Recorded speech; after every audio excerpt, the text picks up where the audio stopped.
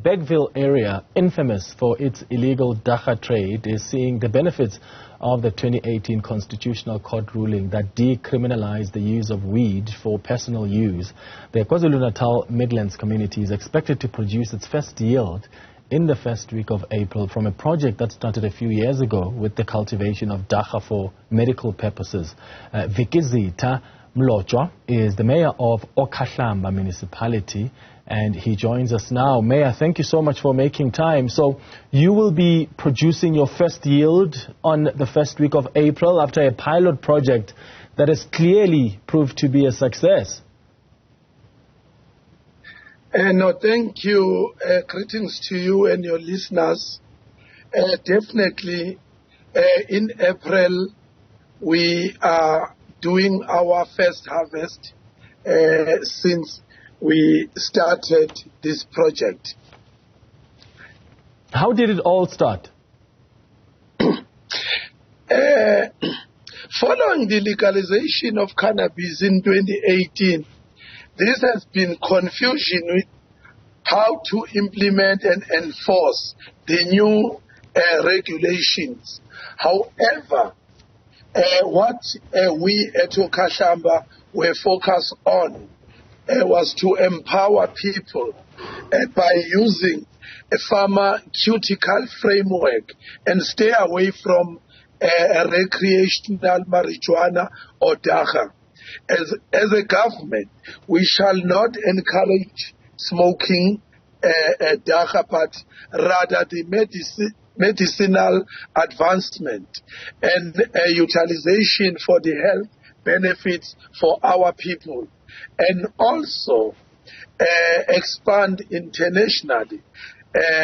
So our main objective is to gain the full value chain and benefits to support our rural communities as we are a local government. We have collaborated with 3 Amakhosi, of which Amangwane, Amazizi, and Amaswazi, of which we applied for certificate. Then we received these permits, and we have started last year, and now we are expecting the first our first production. Yeah. So because this is planted in chiefdoms, what happens when you harvest? Do local farmers take the yield to the chief? What's the process? Okay. You know, the way we plant as municipality, because we are in a deep rural area whereby we agreed with Amakhosi that they will participate fully in production, and there is a SPV where Amakhosi will take their production to the SPV, and the SPV is responsible for taking this production to various industries, various people to buy, and the money should be taken back to Amakhosi and their people, so that they will make it a point that they gain with their land. So where is it exported to? Right. There is a SPV that is based here in Bergville, but SPV has got connections, because I understand that some is going to US abroad, some to Jamaica, so they have already ordered the production that you are going to harvest. It means that as soon as the harvest has been done, that production will be exported to abroad. How are you dealing? Yes, go ahead, Mayor. It's for now, but in the future, there is a big plant here at Okhahlamba local municipality, of which there are machines that can produce some medicines. So therefore, we are in that process. But in our first harvest, everything will be taken abroad. And we don't want to do as we do in the gold. As you know, that the gold is being dug here and taken abroad, and we used to buy with very expensive money. Yeah. There's still this notion, Mayor, that dagga was only used for leisure smoking. But even in ancient times, it was used for these medicinal purposes, even by the black community. How are you dealing with that stigma and trying to help the community understand why this is important and that this is an industry that should be explored, and not only to explore because this is just for leisure smoking, because there's a need for those medicinal elements that are found in this plant? No.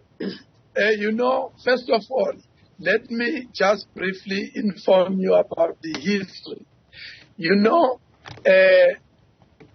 Long time ago in 1956, there was a dagga war here at Okhahlamba where people were killed, and 5 police were also killed by the warriors of Amangwane.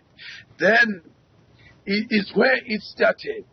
Then when we came in as this new council, we decided that let's go to the communities to make it a point that we do have awareness throughout all our wards, to make it sure that each and everyone must understand that as we are starting this project, it is not for smoking or whatever, but it's for medicinal purposes, and to boost the economy, to make sure that this poverty that we are faced with is being alleviated.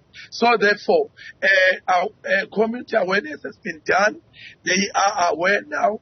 They know exactly that what we need to do from now, we have to work together in order to produce this product to sell in order for the community to benefit. We don't want only Amakhosi to benefit, but even the people that are there in the tribe of Amakhosi must be benefit to this project. Will you be rolling out this project to other areas in the municipality? In fact, we started with Amaswazi for now, because here in town in Bergville there is a big nursery where we are planting this dagga, and we are cloning it. To produce more, and we do have much plants, young plants right now that are to be planted in September. So therefore, we are enrolling two Amakhosi in September. By now, we are preparing land for the plant. When it comes September, then we are starting to plant in Nkosuhlongwane, Amangwane, and in Nkosumia, Amazizi. But in Amaswazi, we are about to harvest. You mentioned earlier about this war in the 1950s, and I saw this past week that you also won the battle to exhume from Pretoria and rebury the bodies of 22 men from the Hlongwane clan who were executed after what was at the time called the Cannabis War. What's the process now in reburying those bodies? No, thank you. Yes.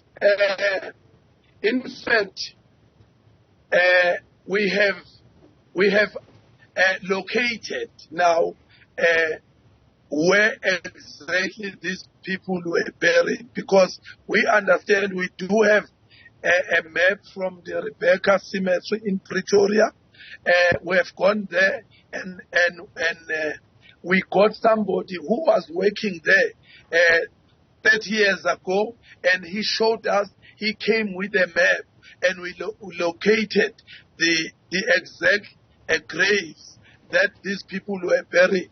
And on the 30th and the 31st, there is a commemoration of that dagga war here at Okhahlamba. Immediately after the commemoration is whereby we are going back to Pretoria to exhume these bodies, because we have prepared. Inkosi Hlongwane has given us the site at Kwasoke Simbone in Ngoba, where we are going to rebury these remains. So therefore, and Amafa KwaZulu has came on board to make that place as a museum, and make sure that whatever thing that we do together, so that it will be remembered in Kwasoke Simbone. But the commemoration will take place on the 31st in Mpolombo, in Ngoba, where these people were killed, where the war was. So therefore, in the process, we have gone through the process, we have signed everything. We wait for this commemoration to pass by, then we go straight to Pretoria to exhume bodies and come back to rebury these warriors of Amangwane. Vikizitha Mlotshwa, the Mayor of Okhahlamba Municipality, thank you for making time for us.